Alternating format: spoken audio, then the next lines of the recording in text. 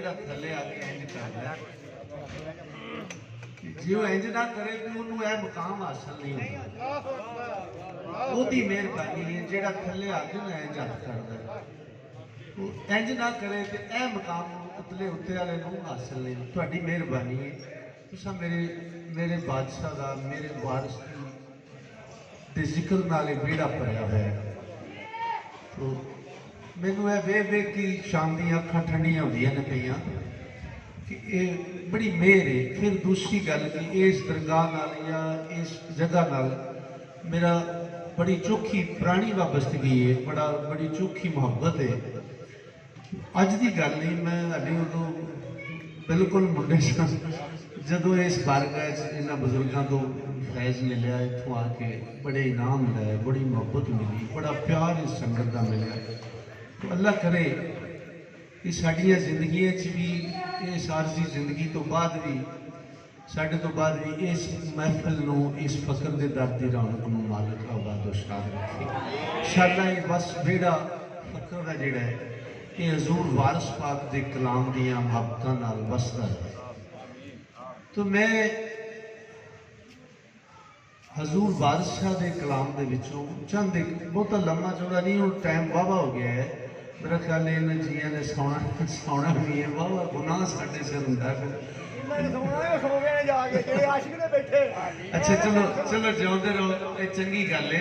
हुण इन्हां नूं आपां आशिक आशिक आख के इन्हां नूं 2 दिन बाद छड्डीए, ये कोई आशिकां नूं इन्नी लम्मी पी दित्ते में गुनाह होवेगा। असीं थोड़ा थोड़ा मैं कलाम तुहाडी नज़र करना जी हजूर वारिस शाह दा।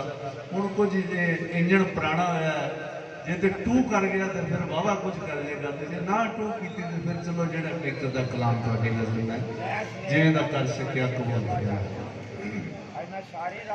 तो बालनाथ ने जदों रांझे नूं जोग दित्ती ते जोग लैके रांझा बालनाथ की बारगाह चों उन्हें रंगपुरा मुंह किया। तो चेले आख्या भी यार सानू मुद्दतां गुजर गई, बाबे इन्हां दी सेवा करदे आ गुरु जी दी, अगे पढ़ रहे सन मंग पिन के नित खुआवने, तो कदी अग हुंदा कदी वांग पानी, कोई इस दा अंत ना पावने। रांझे नूं आखदे ने तेरे भुल की कमाउंदा कि जोग लैके रह पिया। एक दो गल्लां इत्थे आलमे दीन बैठे ने मैं दसदा जावां कि हजूर वारिस शाह बादशाह, चलो कलाम तो पढ़ांगे।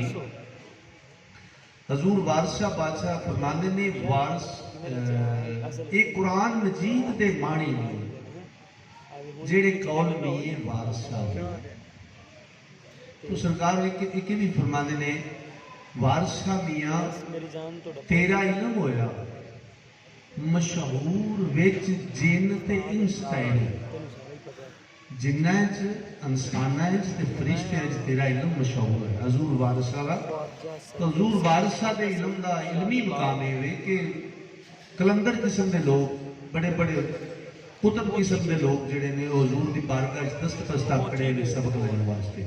हजूर वारिस शाह इमामुल आरिफीन ने। तो मैं हजूर वारिस शाह के कलाम के विचों एक गल होर याद आ गई मैनू, बाबा बुल्ले शाह का एक कलाम है भाई पढ़ पढ़ आलम फाजिल होए, कदी अपने आप को पढ़े नहीं, भज भज वड़ना मंदिर मसीती, कदी अपने अंदर तू बढ़े नहीं। एवें रोज शैतान नाल लड़ना, कदी नफ्स अपने नाल लड़े नहीं। बुल्ले शाह आसमानी उड़दियां फड़ना, जेड़ा घर बैठे उन्होंने घर कौन बैठा है, यह गल देखनी घर कौन बैठा है। मैं गुजारिश कर लगा कि हजूर वारिस पाक फरमाते ने भाई छड्ड, ऐदा तर्जमा है छड्ड दगा दगोलियां बुखल कीना, हो के हिरस हवा थी पाक जट्टा, ना तू अग रहे ना तू रह पानी, ना तू रह हवा, ना पाक जट्टा। ऐ वे बंदे दी अपनी पहचान। फिर रहे की हुण अग दा मिट्टी का खासा है दगा करना, पानी का खासा है बुखल करना, अग का खासा है साड़ देना, गुस्सा लिया कीना।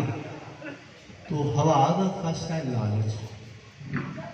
इन्हां चौहां खसीयतां तो जो पाक होना है तो फिर जी ये पंजवीं चीज़ बोलती भी इहदा नाम है अमरे रब्बी। फिर ये घर बैठा है जिसका नाम अमर है, इनू पहचानना है तो फिर इनू इंसानियत की समझ आ जाए। तो मजहब इंसाना के होंगे ने, जानवरों के नहीं होंगे। तो अल्लाह करे सानू अपने आप की समझ आ जाए तो सानू फिर सारे इलम जोड़े ने समझ आ जाएंगे। जे यदि समझ ना आई तो कोई इलम फायदा नहीं है। तो हजूर वारिस साहब बादशाह रांझे की जुबानी गुरु गुरु जी के चेलियां के नाल मुखातब। तो बादशाह फरमाने में मैं जनाब की मदद करूँ।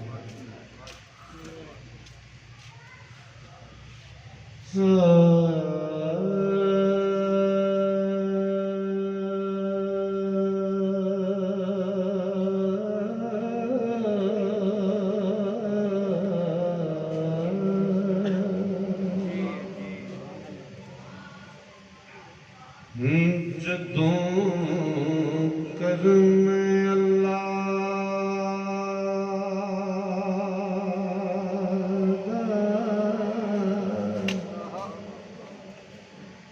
करे मदद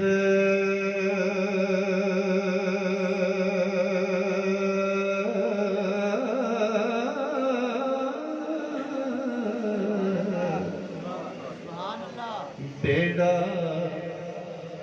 पार हो जाए निमाणिया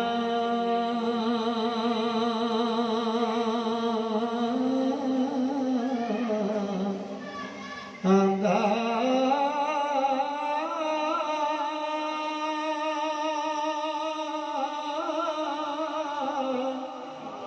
लेना कर्ज नहीं बुए जा हो क्या ताण है न ताण आदा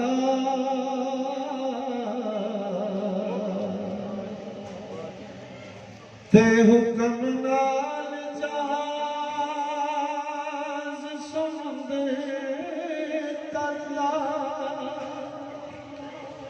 ओथे कुछ ना जोर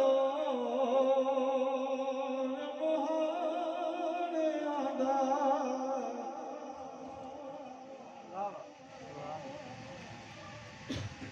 हुक्म नाल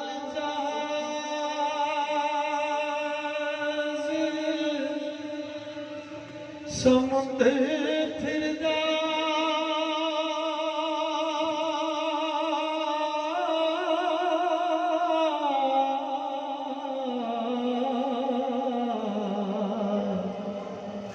उथे कुछ ना जोर मोहाणिया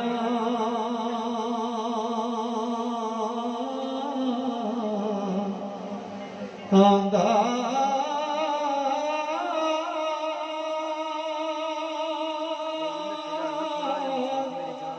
एक जागते नैन मालूम कमो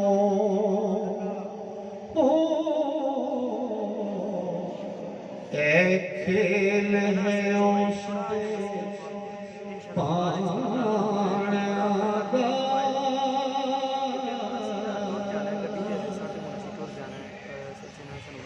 एक सुतड़े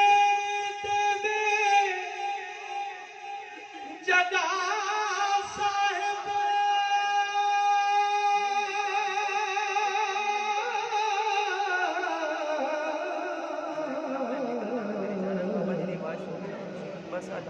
जामन केड़ा हक दे पाणिया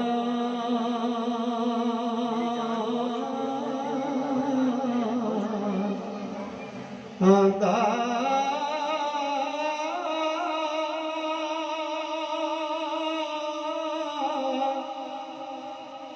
खेड़ा हीर परना कर जा बैठा ओ ते होया वारसी हुक्म ठिकाने आदा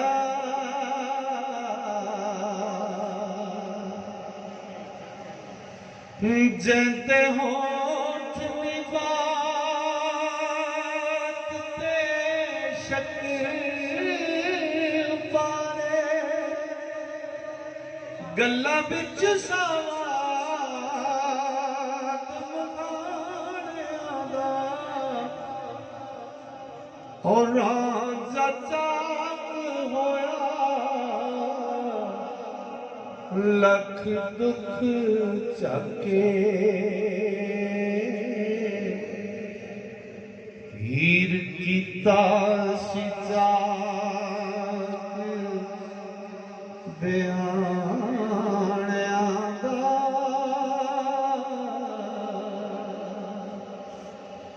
तो बादशाह फरमाते ने दो लफ्ज एक तो बादशाह फरमाते ने वेखण आलमा दा जियारत नबी दी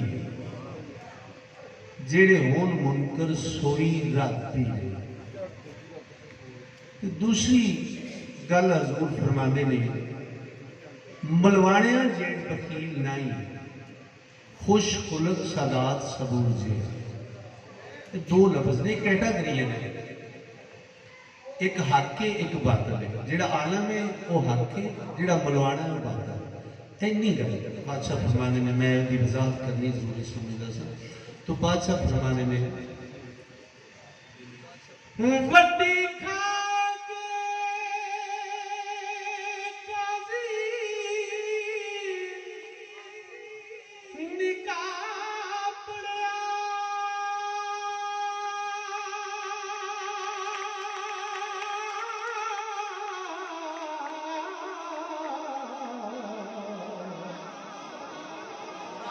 जदों चलिया हुक्म मुलवाणिया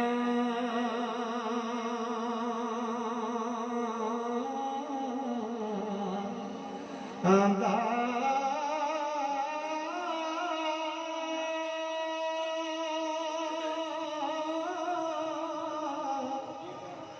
मेरे सबलड़े आन जागे ओ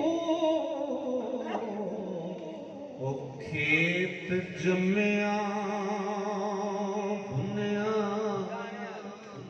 दाणियां दा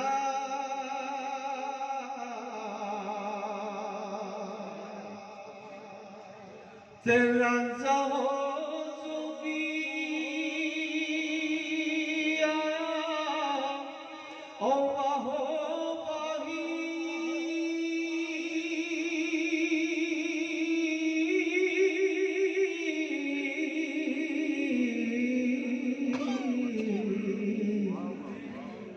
शौक हीर का नाम दीवानिया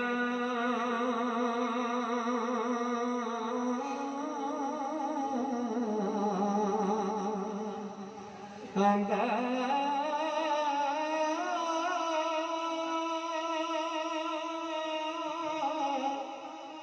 वारिस शाह मियां